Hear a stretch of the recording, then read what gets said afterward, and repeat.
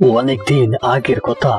একটি জঙ্গলে বাস করত দুটি রাজহাঁস ও একটি লোভী বাঘ। রাজহাঁস দুটি সব সময় বাঘের ভয়ে ভয়ে থাকতো। কখন না কখন যেন রাজহাঁস দুটি বাঘের শিকার হয়ে যায়। একদিন সকালে হাসি হাসাকে বলে, ওগো শুনছো, তোমার পায়ের ব্যথা কি কমলো গো? না রে হাসি, আমার পায়ের ব্যথা তো কমলো না, মনে হচ্ছে আরো তীব্র হচ্ছে ব্যথা। আমি বলি কি, আজকে তুমি একাই খাবারের খোঁজে যাও। আমি একাই যাব? আমার তো ভয় লাগে গো। আমি কি করব হাসি, আমার পায়ে তো ব্যথা, আমি তো হাঁটতে পারতেছি না। আচ্ছা, তুমি যেহেতু অসুস্থ, আর কি বা করার আছে, আমি গিয়ে দেখি কোনো খাবার পাই কিনা। শোনো হাসি, তুমি সব সময় চোখ কান খোলা রাখবে, কিন্তু ওদিকে আবার দুষ্টু বাঘ থাকে, সাবধানে যেও। আচ্ছা, আমি তাহলে আসি।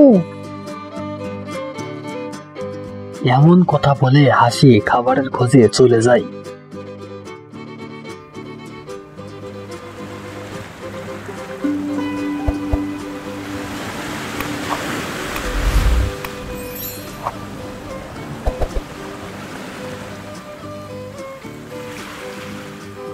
আমার তো পেট ভরে গেল, কিন্তু হাসার জন্য তো খাবার নিয়ে যেতে হবে।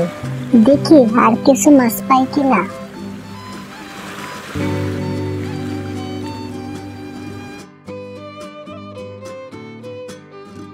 হাসি হাসার জন্য মাছ নিয়ে বাসায় ফিরতেছিল। কিছু দূর এগোতেই দুষ্টু বাঘের সাথে দেখা হয়ে যায়। আরে হাসি নাকি? হ্যাঁ বাঘ মামা, আমি। তা তোমার স্বামী কই? ওকে তো দেখতেছি না। ও কি তোমার সাথে আজকে আসে নাই? মামা, সে তো আজকে আসে নাই। তার পায়ে গতকাল প্রচুর ব্যথা পেয়েছে, তাই সে আজকে বিশ্রাম নিচ্ছে। এই তো সুযোগ, এখনই হাসিকে খেয়ে ফেলি, বেশি দেরি করা যাবে না।